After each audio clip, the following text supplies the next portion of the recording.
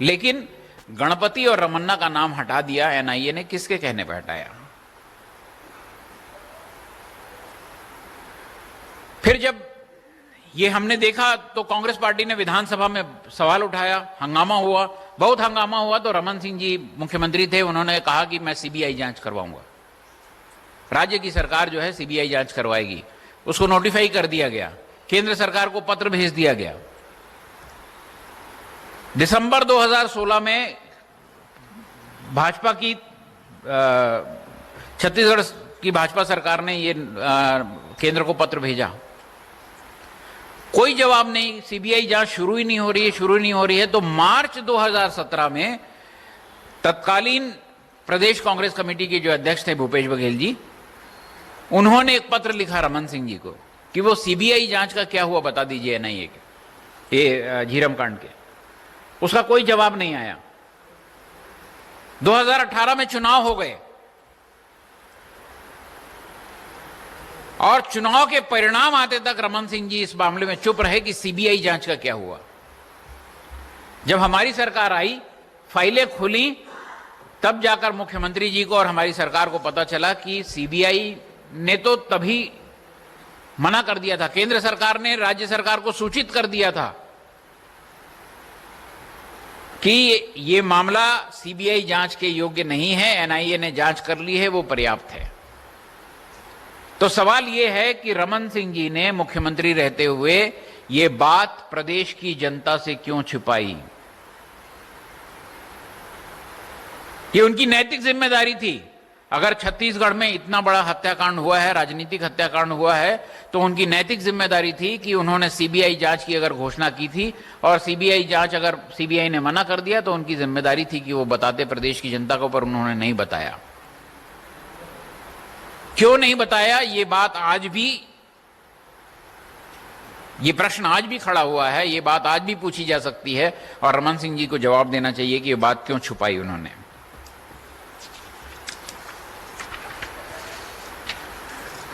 जब मैं ये कह रहा हूं कि भारतीय जनता पार्टी की केंद्र सरकार और भारतीय जनता पार्टी की प्रदेश इकाई दोनों की मंशा पर सवाल है, तो उसका एक उदाहरण मैं और देता हूं कि झीरम कांड को की जांच के लिए एक आयोग बना, जस्टिस प्रशांत मिश्रा उसके अध्यक्ष थे। उस जांच के लिए जो दायरा बनता है, उस जांच के दायरे में भी आपराधिक षड्यंत्र नहीं था। उसमें कुछ महत्वपूर्ण सवाल छूट जा रहे थे। आयोग का जब गठन होता है, उसके जब टर्म्स ऑफ रेफरेंस बनते हैं, तो आयोग जो है उस दायरे से बाहर नहीं जा सकता। तो सरकार तय करती है कि आयोग इन बिंदुओं पर जांच करेगा और उसमें षड्यंत्र शामिल नहीं था।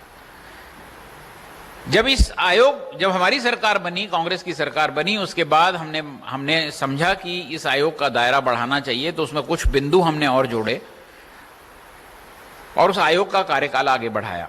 तब तक जस्टिस प्रशांत मिश्रा उपलब्ध नहीं थे, तो किसी और की नियुक्ति होनी थी, हुई। अब दिलचस्प बात यह है कि झीरम कांड की जांच होनी है, आयोग का जांच का दायरा बढ़ाया गया है और धर्मलाल कौशिक जो नेता प्रतिपक्ष थे उस समय, वो हाईकोर्ट जाते हैं कि ये आयोग का जांच का दायरा नहीं बढ़ाना चाहिए। अगर आपकी मंशा साफ है, अगर आप समझते हैं कि यहां पर एक नक्सली हमले के नाम पर राजनीतिक हत्याकांड किया गया है, तो आपको ये रोकने का आपको हक नहीं है,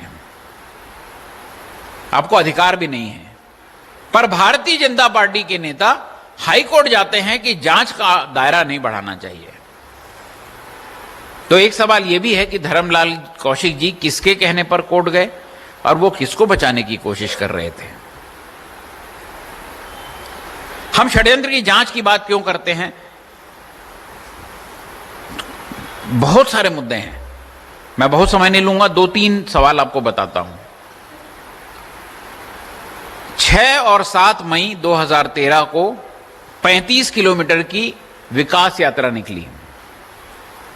तत्कालीन मुख्यमंत्री डॉक्टर रमन सिंह उस विकास यात्रा का नेतृत्व कर रहे थे। 35 किलोमीटर की बस्तर जिले में यात्रा थी। कुल मिलाकर 1781 सुरक्षाकर्मी तैनात किए गए। Z+ सिक्योरिटी थी रमन सिंह जी को, तो सुरक्षा इतनी मिलनी ही चाहिए थी, बहुत अच्छा था। पर उसके कुछ दिनों बाद, 18-19 दिनों बाद, कांग्रेस पार्टी की परिवर्तन यात्रा निकलती है उसी बस्तर जिले में 45 किलोमीटर की, और उस 45 किलोमीटर की यात्रा के लिए जो सुरक्षाकर्मी तैनात किए गए उनकी संख्या थी 138। तो सवाल यह उठता है कि अच्छा, कांग्रेस की परिवर्तन यात्रा में जो लोग थे उनको भी Z+ सिक्योरिटी थी, उनको भी थी, माननीय नंद कुमार पटेल जी को थी, महेंद्र कर्मा जी को थी, तो कम से कम 2 Z+ सिक्योरिटी वाले वहां थे। तो अगर Z+ सिक्योरिटी होना कोई दायरा है, कोई क्राइटेरिया है, कोई अगर वो आप कहते हैं कि सुरक्षा के लिए वही एक क्राइटेरिया है, तो उस क्राइटेरिया से भी 1781 की तुलना में सिर्फ 138। आप जो जस्टिस मिश्रा कमेटी के आयोग की सुनवाई में, बहुत सी सुनवाई में मैं भी उपस्थित रहा, तो बहुत सारे सवाल और हैं। रोड ओपनिंग पार्टी गई थी कि नहीं गई थी? जो होते हैं नक्सली एरिया में परमिशन देने के, वो हुए थे कि नहीं हुए थे? नहीं हुए। जब आप इन सवालों पर जाएंगे तब पता चलेगा कि किसके निर्देश पर यह सुरक्षा घटाई गई,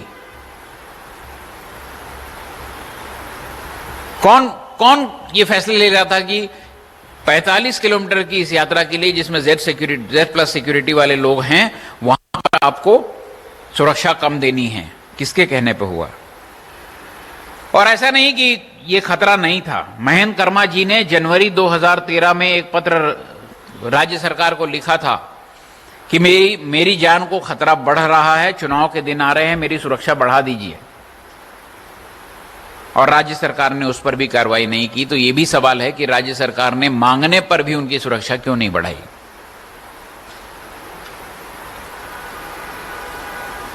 तो आज जो फैसला सुप्रीम कोर्ट का आया है, उससे आगे आने वाले दिनों में छत्तीसगढ़ पुलिस इसकी जांच तो कर लेगी, षड्यंत्र का पर्दाफाश हो जाएगा, पर मूल राजनीतिक प्रश्न बचा रहेगा कि भारतीय जनता पार्टी किसे बचाना चाहती है, क्यों जांच नहीं होने देना चाहती? भारतीय जनता पार्टी झीरम की आपराधिक षड्यंत्र की जो व्यापक राजनीतिक षड्यंत्र दिखता है, उसमें उसकी जांच क्यों नहीं होने देना चाहती? रमन सिंह ने सीबीआई के इनकार को क्यों छिपाया?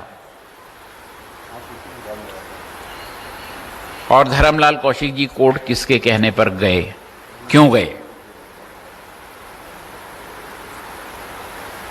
आमतौर पर कोर्ट वही लोग जाते हैं जिनके अपने हित जो है आहत होने लगते हैं। कोई आपराधिक षड्यंत्र हुआ, कोई राजनीतिक हत्याकांड हुआ, कोई घटना हुई, उसको रोकने के लिए, उससे जांच से बचने की कोशिश वही लोग करते हैं जो अमूमन जिनके ऊपर आंच आती है। तो ये सवाल छत्तीसगढ़ की जनता